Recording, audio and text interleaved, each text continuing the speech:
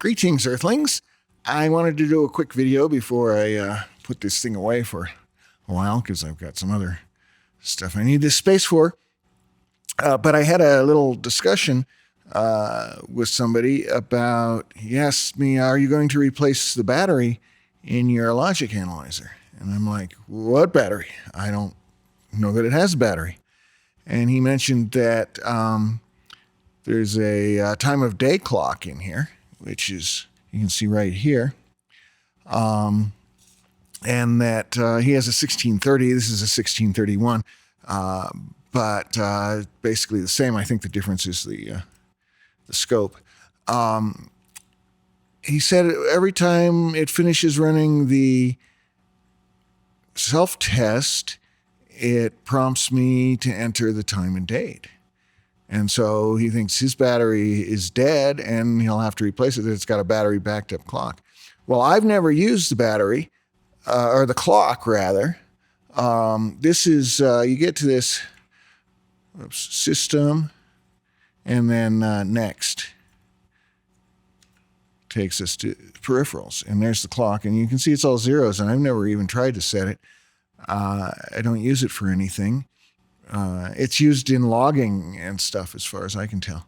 But then, so I thought, well, maybe, because I have the self-test disabled, maybe it's something about running the self-test. And when it runs the self-test, it'll do the prompt. I ran the self-test once on this when I got it. And it was fine, and so I just left it alone. Self-test being this switch right here, I believe. So let's try it. Power it up and see what it does on the self-test. Oh, well, that's not good. I've got an acquisition error. So something has failed in this unit, which I haven't noticed. This corresponds to pod 2.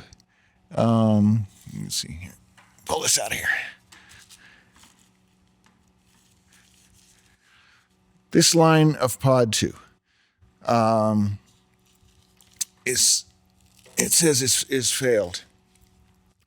So it's a reset rear panel switches to continue, and then it'll come back alive. But so I have a problem. Let's go back to the rear. So one way to tell what the problem is, it's either the pod's gone bad or something on the board has gone bad, right? So simple test for that. This is where the pods plug in, back here behind this panel.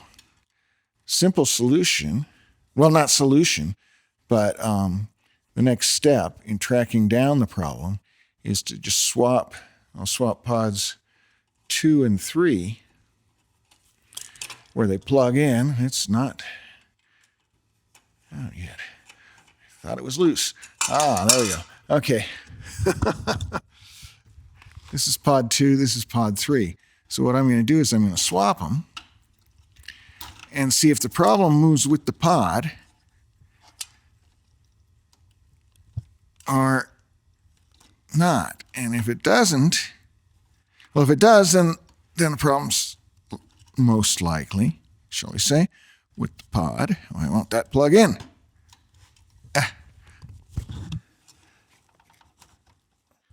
Well, that was harder than it should have been, but they are now seated. There's 3, there's 2. 3 is actually labeled, so that helps. Let's go back up front and power it on again and see what we see.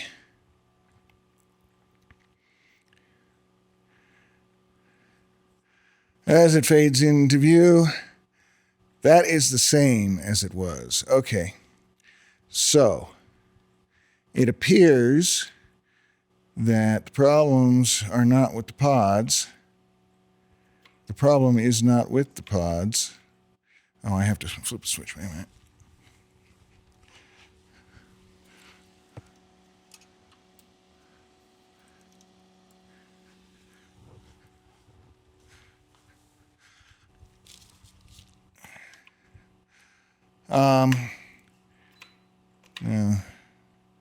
Where is that? Where is that? Let me go here.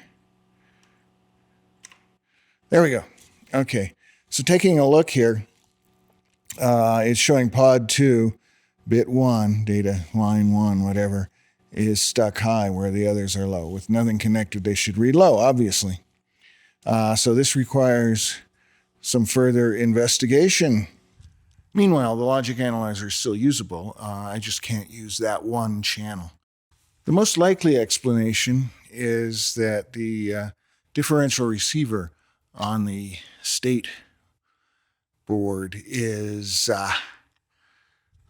bad, but that'll require opening the thing up and doing some more testing, which I don't have time to do right now, so we'll get back to that later.